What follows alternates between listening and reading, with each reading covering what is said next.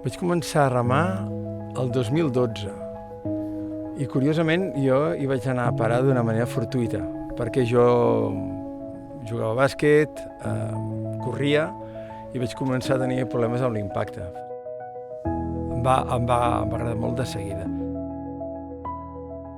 Hi ha una part important al dia que me la passo treballant, que estic a la Universitat Oberta de Catalunya, en l'àmbit de la recerca, ajudant en revistes digitals de la UOC. També escric, faig relats curts, i amb el nàutic havíem arribat a pujar a podi, no?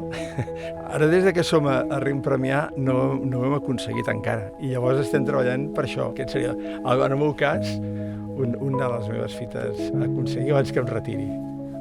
Aquí no hi ha estrelles dins del rem, no? Justament és el contrari, no? Tothom ha d'estar remant en la mateixa línia. Tenir bon material, doncs, al final també fa que puguis aconseguir més bons resultats. Si comprem l'embarcació del lleu mediterrani, entrarem en una altra, entre cometes, dimensió, perquè fins ara anàvem amb el lleu català, que és, no et dona d'entrada massa potència a l'hora de competir.